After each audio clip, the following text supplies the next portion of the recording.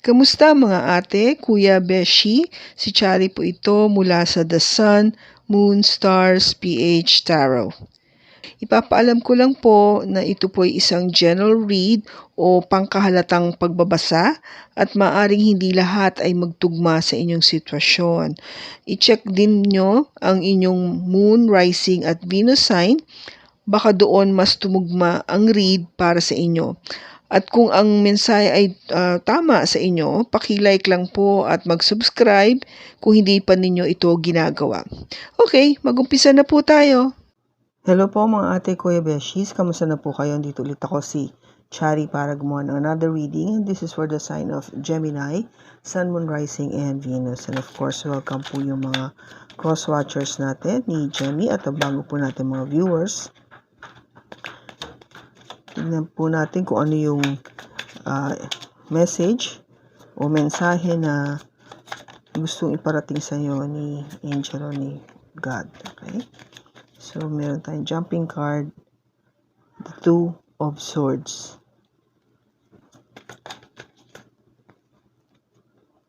the Four of Swords, Seven of Wands, the Nine of Cups, and the Prince of Pentacles. Bottom niya is the King of Pentacles.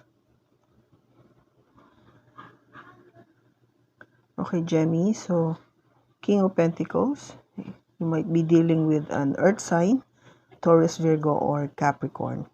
Ang King of Pentacles is somebody na alam natin na matatag, na may seguridad ka dito sa person na to kasi napakasipag pagdating sa trabaho, matalino, magaling, very grounded, responsable, magaling sa kaperahan, magaling na ama o ina.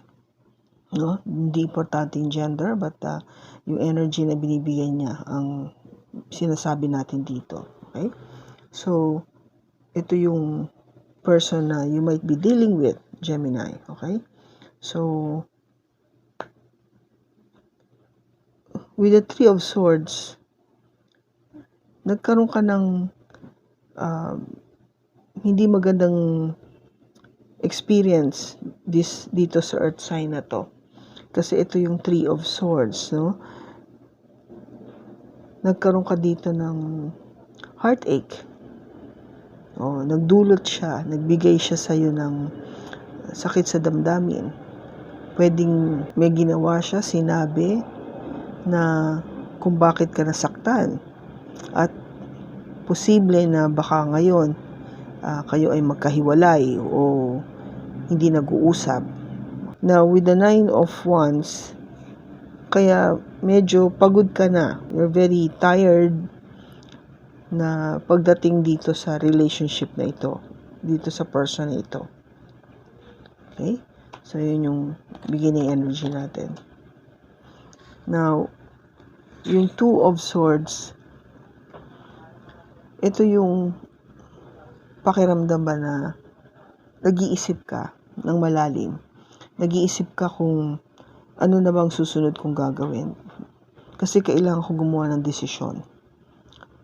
Pero hindi ako makagawa pa ngayon ng desisyon dahil marami pa rin akong hindi naiintindihan. Merong hindi maliwanag sa akin para ako makapagbigay ng konkretong na sagot sa aking mga tanong. Kaya madalas ko tong, alam mo yung pinag-iisipan mabuti.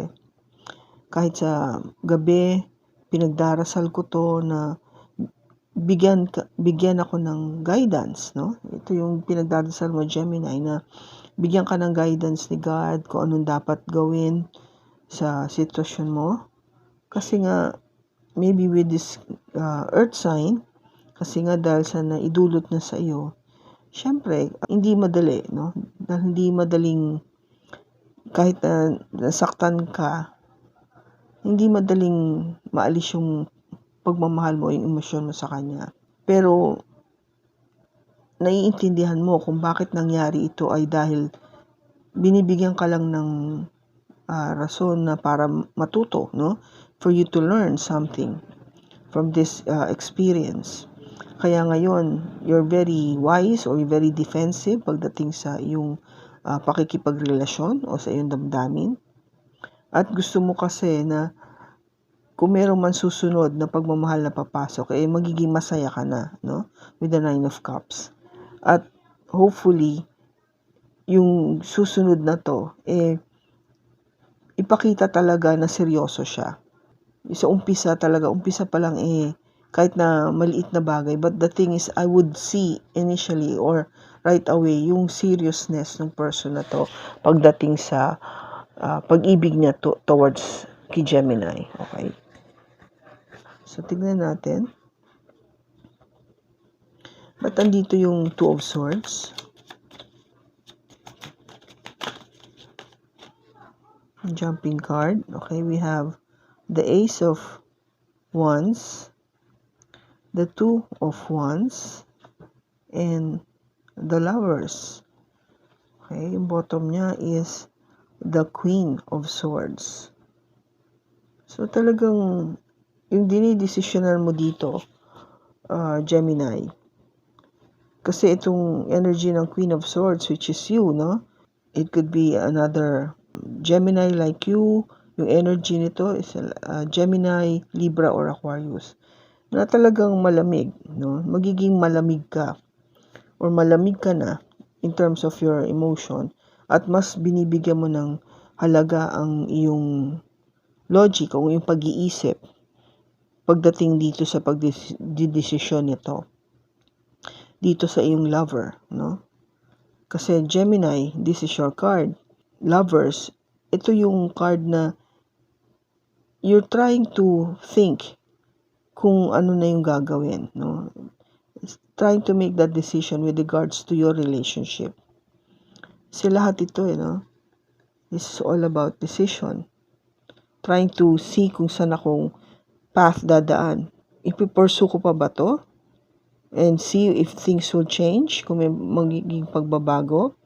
Or pupunta ako sa iba, no? Like, have a new beginning with someone else. Or even without this person, but have a new beginning. Yun yung pinagdidesisyonan ko. Mag-stick ba ako dito sa current relationship ko or just, leave and find somebody new? Yun yung what's keeping you up. And yun yung tinatanong mo na palagi kung bakit, ano na ba ang gagawin ko? Ngayon, bakit andito yung 9 of Cups? We have the Devil, the 2 of Pentacles, and the 3 of Wands. Bottom niya is the 5 of Swords. So, yung gusto mong maging isusunod na maging more of a parang wish fulfillment para sa'yo. Alam mo yung feeling na talagang medyo naguguluhan ka pa. May konting confusion or kaguluhan. Maybe because yung energy na binibigay, yung gusto mo, yung magiging wish fulfillment mo is not really, sabihin natin hindi siya totally okay. Kasi andito yung devil energy. You might be dealing with the Capricorn, no? Kasi may earth, di ba sabi ko earth sign? Kung gaba parang hindi mo maalis, I think this person is still with you. No, andito pa rin siya sa'yo. Kahit na sabihin natin may iba.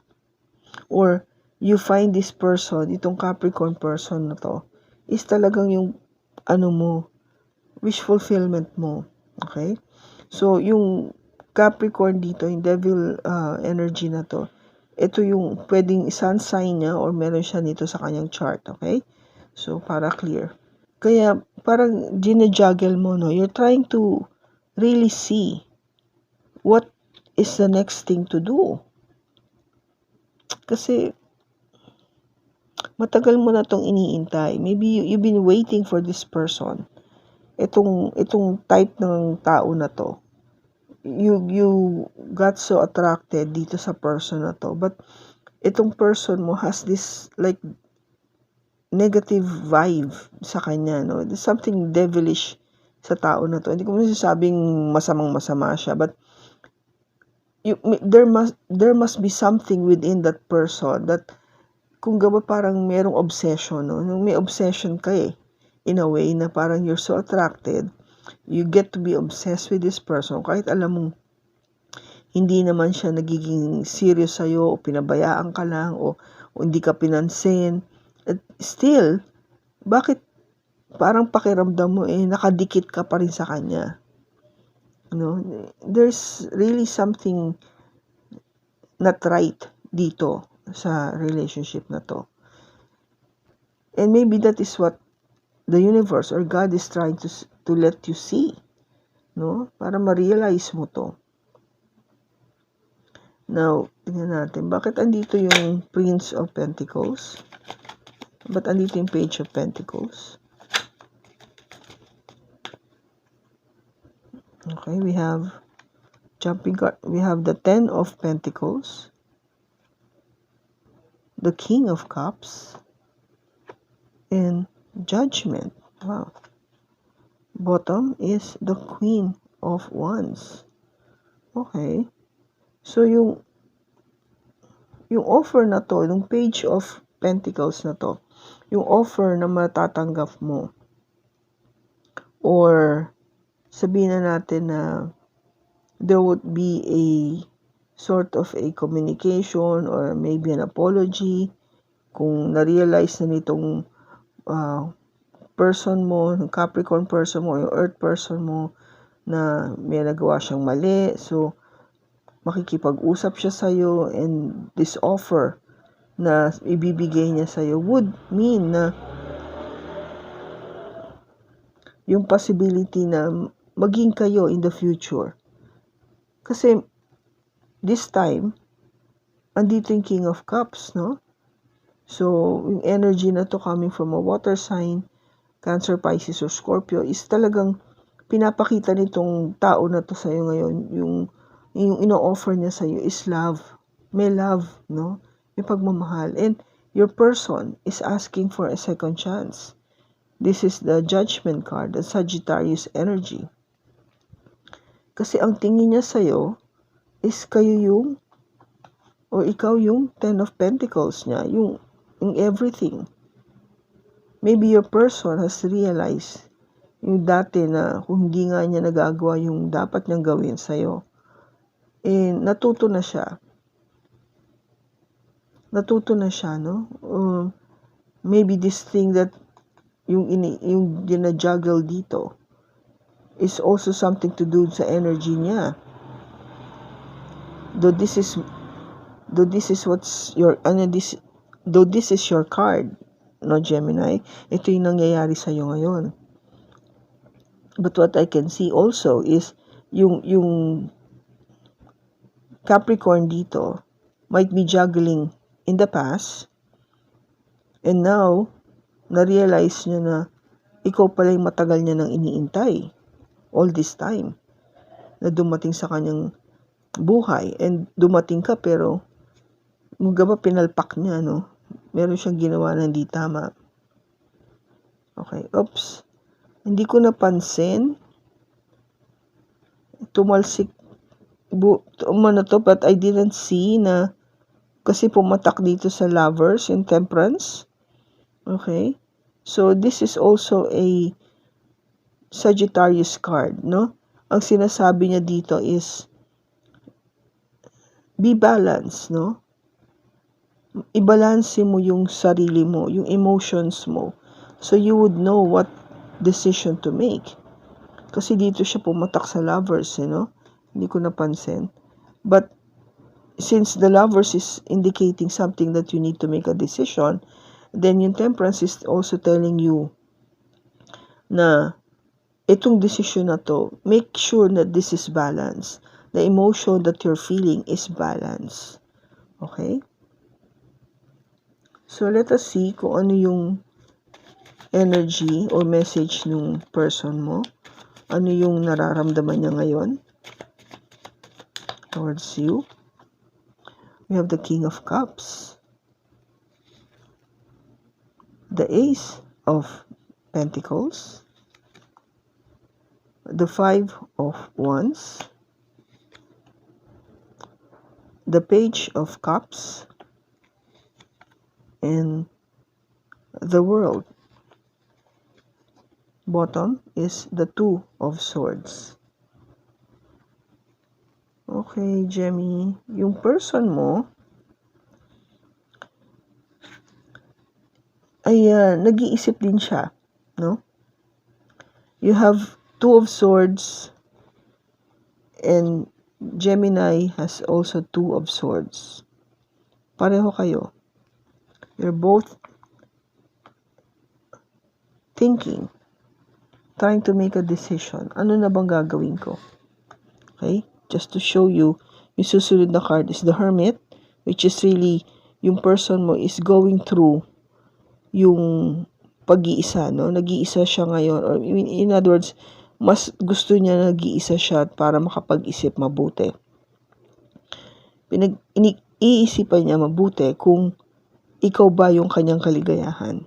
With the Sun, this is an energy coming from a Leo. So possible na yung person mo has a Leo on the chart. Or ikaw, Gemini, meron kang Leo sa iyong chart.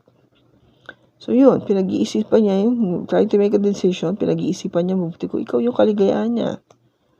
Okay? Kasi kung meron nga nagawa, no? Kung may nagawa o may nangyari sa inyo sa past na nagdulot ng heartache o sabihin natin na nag-cause kung bakit magkahiwalay kayo ngayon o hindi kayo nag-uusap. Pareho kayo, no? Pareho niyong ina-analyze yung relationship. Kung ano yung level o ano nangyayari o ina-assess nyo kung ano na nangyayari sa relationship. Okay? Kasi yung umpisa talaga, mahal ka nito, Gemini. There was love, no? With the King of Cups. At nag-offer, no? Yung person mo has an offer of being serious about this relationship. But somehow, merong nag-cause ng conflict or kaguluhan within the relationship. This might be something that yung naging cause nito is pwedeng from your family or from your friends or from your coworkers. Basta nag-create siya ng conflict. Okay? Or it could be sa'yo lang, no? Sa'yo, internally, may conflict sa'yo. Kaya naapektuhan yung relationship nyo.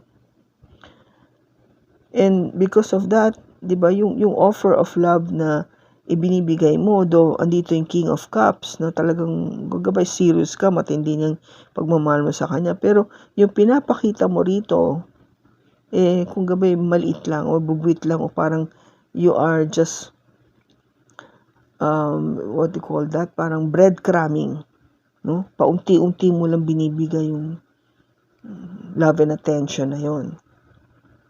Kaya parang may natapos, may nag-end. Pero yung ending na to, ang hudyat niya kasi is magkaroon ng panibagong cycle. Parang tapusin na natin itong cycle na to, itong merong conflict na to, kasi hindi ito maganda. Why don't we start a new cycle for the two of you? Parang ganun yung takbo ng ano niya, no? Nung pag-iisip nitong person mo, Gemini. Tignan natin, bakit andito yung Five of Wands?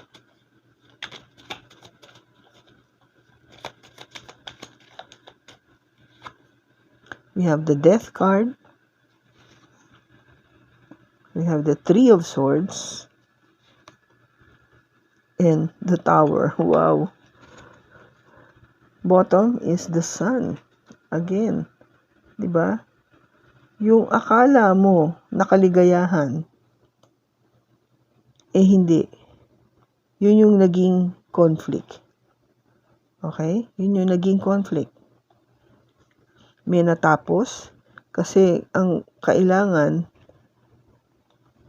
o yung natapos, kung bakit siya natapos, is because nagkaroon ng tower moment, no? Yung tower moment na to, ang dulot niya ay heartache. Sakit sa damdamin. Alam mo yung, dahil tatlo yung swords dito, possible na merong third party o may iba pa na binibigyan ng atensyon, no? Kung bakit nagkaroon ng heartache. Kaya nagkaroon ng gulo. Kung ba kaya siguro nga kung bakit yung love na binibigay mo is pakunti-kunti lang. Maybe you are not totally giving Gemini 100% of your love and attention kasi maybe there must be somebody else that you're involved with. Kung ba parang hindi mo kayang gawin, syempre, ng 100% yung isa, 100% din yung isa. Mahirap yun eh. So, maybe mas binigyan mo ng priority to tong isa and less kay Gemini. Kaya parang, alam mo yun, yung kay Gemini is talagang breadcrumbing ang nangyari. So, tingnan natin. Bakit nandito yung world?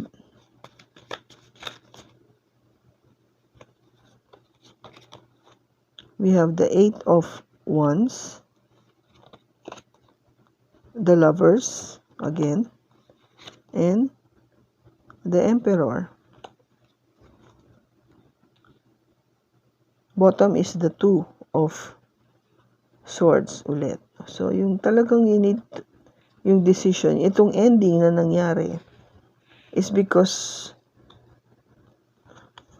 yung communication, no? You need to communicate about yung decision nga with your person. Kasi ang kailangan dito para maayos is you need action, you know. You need to show Gemini na determined ka, na talagang nakafix ka talaga sa kanya na siya lang ang gusto mo and there's nobody else. And that is what you need to decide on. Okay? You need to decide on. Kaya para maayos nyo mabuti ito, kailangan mo ipakita kay Gemini na siya ang gusto mo and there's nobody else. I mean, that's it. Yun lang yun. Kailangan i-convince mo siya na talagang she's the one or he's the one. Kasi sa side ni Gemini, I think Gemini is willing to give this relationship a second chance kasi andito naman yung Judgment, trying to make that decision again, to give it another chance kasi andun yung love eh, no? You both have the King of Cups. King of Cups dito, andito yung King of Cups sa'yo. Andun yung love, may love, but somehow, I think, nagkagulo lang kasi there might be something that had happened dito na nag-cause kung bakit kayo nagkaroon ng heartache o ng paghihiwalay. Okay, we have 3. First card is love who you are. You are divine, delightful, and deserving of the wonderful things life has to offer. Yes, di ba? Gemini, I mean, mali mo rin yung sarili mo. Pakita mo na you love yourself. You know, kung gabat, take pride of yourself. Huwag kang magpakababa sa standard mo. Kung gabat, let this person, yung person mo, no? Let he or she feels na okay lang na kahit wala siya kasi mahal mo sarili mo. Alam mo yung value mo. Now, practice compassion. See things from a fresh perspective. I guess this is more of sa person mo kasi ipakita mo rin naman na, alam mo, kung talagang mahal mo siya, mahal mo si Jenny, pakita mo, no? Show compassion. Be in the present and dream of the future. When we dream, everything is possible, okay? So, kayo, I think you're the one really making this dream to come true. Kung nasa pangarap nyo, which is ito, no, Gemini, ito kasi yung wish fulfillment to, no? Yung 9 of Cups. Wish fulfillment mo talaga to si Capricorn person o itong earth sign mo. It could come true, but you have to do something about it. You know, and the same with itong person mo. Be an emperor. Yung energy na to na maging determined ka, no? Do the proper action. Ipakita mo talaga na seryoso ka dito kay Gemini para maayos nyo ito. Okay? So, I hope nakatulong ito sa'yo, Gemini. Maraming salamat sa pagsama mo sa akin sa pagbasa na to. Sa susunod po muli, ingat ka and God bless.